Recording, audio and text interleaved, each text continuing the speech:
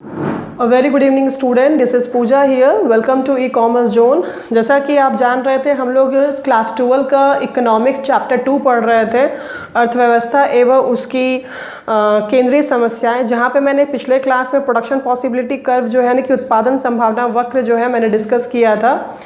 आज का जो टॉपिक है हम लोग जो डिस्कस करेंगे, आप मेरे फिंगर को देख सकते हो, where I am putting my finger.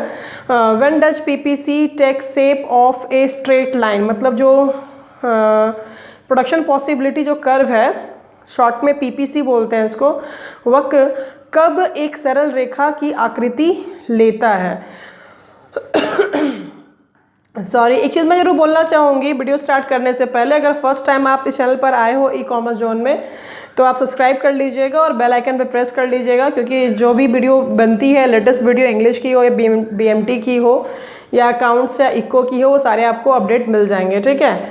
अब यहाँ पे मैं एक चीज़ बोलूँगी, जो मैं बुक फॉलो कर रही हूँ, एज़ यूजुअल आप अच्छे से जानते हैं कि ये बुक मैं एसबीपीडी का पब्लिकेशन की बुक फॉलो कर रही हूँ, राइट। और वो भी हिंदी मीडियम से मैं पढ़ाने की कोशिश कर रही हूँ, specially for the Hindi medium student जो बिलोंग करते हैं स्टेट बोर्ड से, जैक बोर्ड हो या बिहार बोर्ड हो या यूपी बोर्ड हो। ठीक है। तो इस बुक में एक थोड़ा सा इशू ये है कि कुछ चीज़ें जो हैं वो पूरा डिटेल में नहीं दिया हुआ है इस चैप्टर में, खास करके इस चैप्टर में जो मैं जनरली जो कवर करती थी, सीबीएसई वालों को मैं कवर करती थी, जो इंग्लिश मीडियम की जो किताबें होती हैं आपके। ठीक है। जैसे कि स्पेशली जैसे दीपाश्री का है आपका, सरस्वती पब्लिकेशन का हो गया। ठीक है। और भी बहुत सारी किताबें हैं जो सीबीएसई बुक में फॉलो होती हैं, जो कि उसकी हिंदी लैंग्वेज आती ही नहीं है, उसकी हिंदी भाषा में छपती, उसका पब्लिकेशन ही उस किताब का नहीं होता है। ठीक है। तो जैसे कि यहाँ पे ये बोला जा रहा है कि पीपीसी वक्र कब एक सरल रेखा की आकृति होती है, यानी कि when does PPC take a shape of the straight line. तो स्ट्रेट लाइन को लेकर के भी स्टडी करना है आपको। और एक ये तो हम लोगों ने पढ़ा था, क्या बोलते हैं ये, कि ओरिजिन से क्या होता है हमारा, कॉन्केव होता है। हम लोगों ने पढ़ा कि ये कॉन्केव होता है, कॉन्वेक्स करके भी होता है। वैसी भी एक स्थिति को लेके क्वेश्चन बनती है। तो बहुत सारा चीज़ है कि ग्राफ को लेकर के, जैसे कि मैं आपको हल्का सा इसका झलक दिखा देती हूँ। मतलब एक बुक है मेरे पास, दीपाश्री का ही एक्चुअली ये बुक है। एक सेकेंड, जहाँ पर आप देख सकते हो, जैसे कि ये आपका ग्राफ हो गया, जैसे कि आपका ये ग्राफ देखो दिख रहा है, ये आपका कॉन्केव हो गया, दिस इज योर कॉन्केव, ये आपका कॉन्वेक्स हो गया, और ये आपका स्ट्रेट लाइन। जो भी आपको जो सवाल यहाँ बोला है ना, ये सब चीज़ें, तो ये सब चीज़ें इस बुक में नहीं दिया, इसलिए मैं इसको सोची हूँ कि सब मैं व्हाइट बोर्ड पे बताऊँगी। बहुत चीज़ें मुझे बतानी है एक्स्ट्रा व्हाइट बोर्ड पर, तो चैनल से बने रहोगे। ठीक है। लेकिन एक बार पहले इस बुक का जो चैप्टर है, चैप्टर 2, उसको पहले गो थ्रू कर लेती हूँ। उसके बाद जैसे ही कंप्लीट होगा, उसके बाद उसी चैप्टर के साथ में उसको व्हाइट बोर्ड पे बता देंगे। ठीक है। तो जैसे कि यहाँ पे आप देख रहे हो, when does PPC take shape of the straight line, जैसे कि आप ऊपर वाला जो कर्व है, ये कर्व जो है स्ट्रेट लाइन नहीं है। ठीक है। ये आपका क्या है, ये कॉन्केव है। हिंदी में इसको बोलते हैं हम लोग क्या, नतोदर। यानी कि जो ये ओरिजिन है, इस ओरिजिन से ये कर्व क्या बना है, कॉन्केव बना हुआ है। ठीक है। तो कॉन्केव नहीं बनेगा। यहाँ पे पूछ रहा है आपसे सवाल कि पीपीसी वक्र किस स्थिति में, कैसी स्थिति में वो स्ट्रेट लाइन बनता है। जैसे कि आप यहाँ पे ये जो ग्राफ देख रहे हो, this is called a straight line. ये क्या है, स्ट्रेट लाइन है। मैं बोलूँगी अपने कॉपी में आप नोट में ये प्लॉट कर लेना इस ग्राफ को। ठीक है। आई थिंक तो कुछ इशू आ रहा है, कुछ टेक्निकल इशू जिसमें क्लियर नहीं आ रही है, बट आ जाएगा, डोंट वरी। थोड़ा सा मुझे स्क्रीन को आगे पीछे करने दो। हाँ, आप जैसे कि देख सकते हो यहाँ पे, ये आपका, यही आपका स्ट्रेट लाइन का कर्व है, इसी के बारे में बात कर रहा है। यहाँ जो किताब में लिखा हुआ है, इसी के बारे में बात हो रही है। तो कहता है, हम लोग यहाँ पे जो दिया उसको पढ़ते हैं पहले। सीमांत अवसर लागत, सीमांत अवसर लागत यानी कि मार्जिनल अपॉर्चुनिटी कॉस्ट। ठीक है। एमओसी बोलते हैं शॉर्ट में इसको, अथवा सीमांत रूपांतरण दर। ठीक है। सीमांत रूपांतरण दर मैंने बताया था ट्रांसफॉर्मेशन रेट होता है, मार्जिनल ट्रांसफॉर्मेशन रेट। दर स्थिर हो जाने की दशा में, इस लाइन पे बहुत ध्यान दोगे। स्ट्रेट लाइन कब बनेगा, जब आपका एमओसी, ठीक है, या मार्जिनल ट्रांसफॉर्मेशन जो रेट है, यानी कि MTR जब वो स्थिर हो जाता है, जब वो कांस्टेंट हो जाता है, उस दशा में आपकी जो PPC है एक सरल रेखा के रूप में होता है, यानी कि स्ट्रेट लाइन में बनेगा। सीमांत रूपांतरण दर स्थिर होने की दशा में वस्तु Y के उत्पादन की हानि और वस्तु X के उत्पादन के लाभ का अनुपात क्या होता है? स्थिर होता है। इस लाइन को बहुत ध्यान से पढ़ोगे, ये आपको एग्जाम में लिखना भी पड़ेगा, यही सब टेक्निकल वर्ड है, ठीक है। जो वस्तु Y है, जो वस्तु Y का जो उत्पादन है, जो वस्तु Y का उत्पादन है उसकी जो हानि होगी, क्योंकि वो क्या है, गिवर है, वो अपना प्रोडक्शन को कम करता जाएगा, तब ना X वस्तु बढ़ता जाएगा। तो वस्तु X का उत्पादन में क्या होगा, लाभ होगा। तो जो इनका अनुपात है, जो हानि का और लाभ का जो अनुपात रहेगा वो क्या रहेगा, स्थिर रहेगा, ठीक है। जबकि कुछ संसाधन उत्पादन Y से वस्तु X के उत्पादन में स्थानांतरित किए जाते हैं। ऑब्वियसली जो संसाधन होंगे उसका स्थानांतरण यानी कि ट्रांसफ़र तो बिल्कुल X में होगा। जब संसाधन ट्रांसफ़र करोगे X में, तभी तो X का प्रोडक्शन बढ़ेगा, नहीं तो बिना संसाधन ट्रांसफ़र किए हुए X का प्रोडक्शन बढ़ेगा क्या, नहीं बढ़ेगा। अब इसके बारे में मैं थोड़ी सी जो अपनी अभी जो मैं बुक दिखाई थी उसी के द्वारा मैं टेबल और कर्व दोनों बता देती हूँ, जिससे कि और अच्छे से आपको क्लियर हो जाएगा। देखो यहाँ पे ये सब क्वेश्चन CBSE बोर्ड में बहुत ज़्यादा आता है, बट थोड़ा बहुत मैं न्यूमेरिकल पढ़ा दूंगी इसमें भी हिंदी मीडियम स्टूडेंट के लिए, क्योंकि झारखंड बोर्ड में आता है क्वेश्चन, थोड़ा बहुत आता है, ठीक है, तो अपने को पढ़ना भी चाहिए। चलो यहाँ पे देखोगे आप क्वेश्चन नंबर 6 देख रहे हो यहाँ पे, कैलकुलेट मार्जिनल अपॉर्चुनिटी कॉस्ट, यानी कि सीमांत अवसर लागत आपको कैलकुलेट करना है फ्रॉम द फॉलोइंग टेबल। ये आपको क्या मिला हुआ है, टेबल मिला हुआ है, ठीक है। What will be the shape of PPC and Y? आपसे पूछा जा रहा है सवाल कि इस टेबल से आप सबसे पहला काम कीजिए, MOC निकालिए, यानी कि सीमांत अवसर लागत निकालिए, और साथ में आप ये भी बताइए कि क्या शेप होगा PPC का, यानी कि कौन सा आकार बनेगा प्रोडक्शन पॉसिबिलिटी कर्व का, और क्यों ऐसा आकार बनेगा। 3 सवाल आपके सामने हैं, ठीक है, और ऐसे क्वेश्चन आते भी हैं। चलिए सबसे पहले मार्जिनल अपॉर्चुनिटी कॉस्ट का एक्सपेंडिंग गुड A, जिसे यहाँ पे गुड्स A है और गुड्स B है, XY जैसे हम लोग बोलते हैं ना, गुड्स X गुड्स Y, उसी तरह से मान लीजिए ये क्या है मेरा, यहाँ पे गुड्स A हो गया और ये क्या हो गया, गुड्स B हो गया, ठीक है।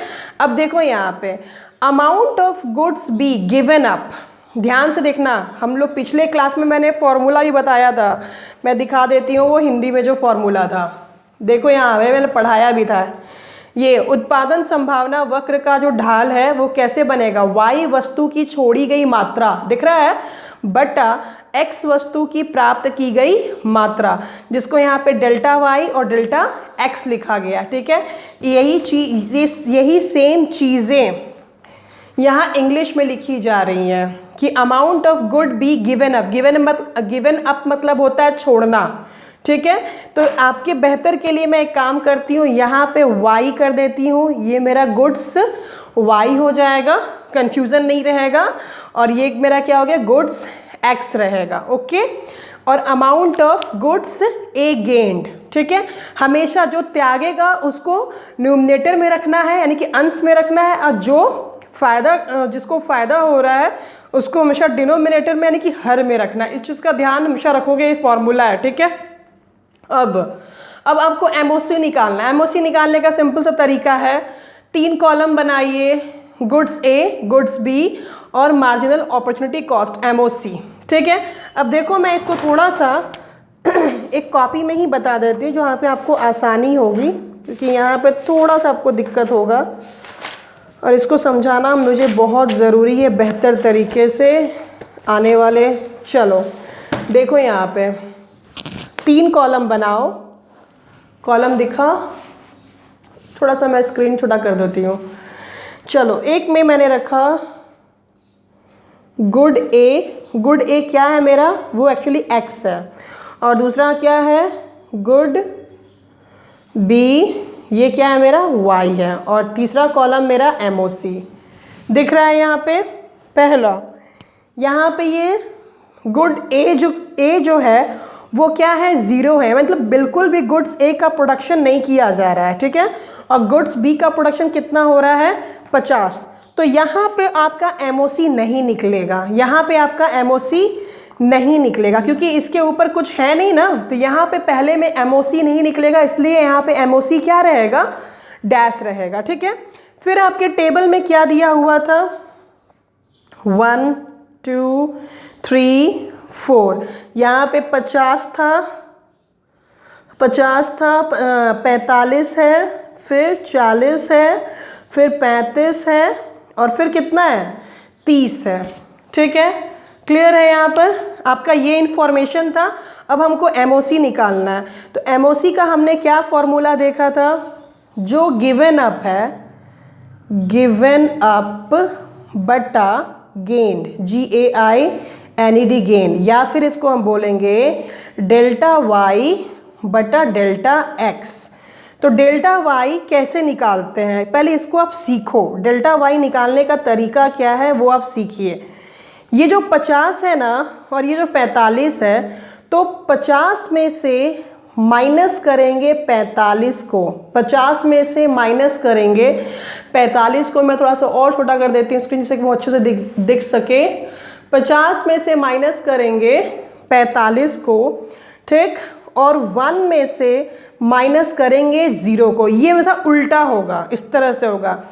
इसमें क्या होगा, ऊपर से नीचे को माइनस करते हैं, जो सेक्रीफाइस करेगा ऊपर से नीचे माइनस करेंगे, क्योंकि इसका एडिशनल यूनिट नहीं आ रहा है, ये अपने आप को गिवन अप कर रहा है, त्याग रहा है। सबसे ज़्यादा पहला वाला था और इसका क्या हो रहा है, एडिशनल यूनिट आ रहा है, तो ये हमेशा 1 - 0 होगा, 2 - 1 होगा, 3 - 2 होगा, 4 - 3 होगा, लाइक दिस, ठीक है। और ये हमेशा 50 - 45, 45 - 40, 40 - 35, 35 - 30, लाइक दिस, ठीक है। तो आप क्या करोगे, 50 - 45 कितना हो गया, 5/1, काटेंगे तो कितना आएगा, 5 आया, ठीक। इसी तरह से सेम हम लोग यहाँ पे एक यहाँ पे काम हो गया। फिर यहाँ पे 45 - 40 करेंगे, फिर क्या होगा, 2 - 1 करेंगे, फिर यहाँ पर 40 - 35 करेंगे, फिर यहाँ पर 3 - 2 करेंगे, फिर यहाँ पे 35 - 30 करेंगे और 4 - 3 करेंगे।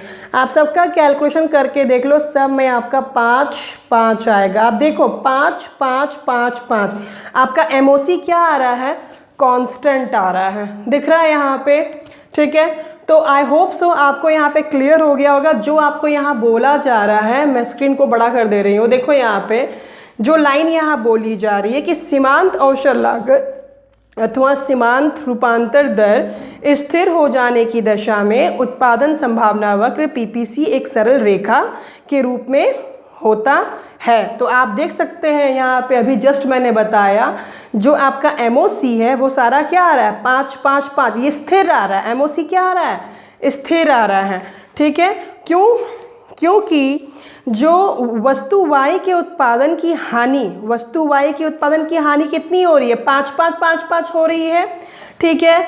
और जो वस्तु X का उत्पादन के लाभ का अनुपात, इसका कितना, लाभ का अनुपात कितना है, एक एक एडिशनल बढ़ रहा है, 1 1 एडिशनल बढ़ रहा है सब में, तो अनुपात क्या है, स्थिर रहता है। ये भी 1 1 है, ए का जो अनुपात है वो भी 1 1 स्थिर है। ये कितना है, 5 5 5 5 जा रहा है, स्थिर है, ठीक है। इसीलिए ये सरल रेखा यानी कि स्ट्रेट लाइन बनता है, ठीक है, ठीक है, क्लियर हो गया। जबकि कुछ संसाधन उत्पादन, जबकि होता क्या है, संसाधन तो ट्रांसफ़र हो रहे हैं ना। मान लो अगर ये कोई लैंड है, ये अगर कोई ज़मीन है, यहाँ पे अगर कोई लैंड है, तो इस लैंड में पहले जो था गुड्स ए का प्रोडक्शन 0 था, जब पहला कॉम्बिनेशन बनता है, जब फर्स्ट कॉम्बिनेशन था, और पूरा का पूरा लैंड यूज़ करके 50 यूनिट्स गुड्स भी उगाया जा रहा था, ठीक है। फिर क्या होता है कि इसी लैंड में, क्योंकि आपको मालूम है मैंने पढ़ाया था, अजम्पशन तो चेंज होगा नहीं, अजम्पशन जैसा था, जो मान्यताएं हैं आपके वो तो वही रहेंगे, आपको बीच में अपना जो संसाधन है उसको चेंज करना नहीं है, ठीक है। तो आप इसी में से कुछ पार्ट क्या करते हो, सेक्रीफाइस कर देते हो ना। आप क्या कर रहे हो, अपना जो संसाधन है, अब यहाँ पे गुड्स ए का प्रोडक्शन कर रहे हो, रेस्ट में क्या कर रहे हो, गुड्स बी का कर रहे हो, फिर इसको ए को प्रोडक्शन कर रहा है, फिर तो ये तो बार बार ऑक्यूपाई करते जा रहा है ना जगह को। समझ में आ रही है? चलो आगे बताती हूँ यहाँ पे। अब स्ट्रेट लाइन, जैसे कि आप इस किताब में देख सकते हो कि यहाँ पे ये जो कर्व बना हुआ है ये स्ट्रेट लाइन है। It's very simple. देखो यहाँ पे गुड्स बी है, आपको दिख रहा है, और गुड्स ए है, तो आप डेरिवेट करोगे। कैसे डेरिवेट करोगे ये भी हम सिखा देते हैं। चलो मैं यहाँ पे अच्छे से उसको प्लॉट कर देती हूँ।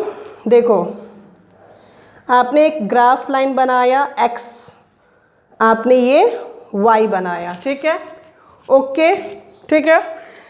आप गुड्स ए था, गुड्स ए हमको किधर लेना है, x की ओर लेना है।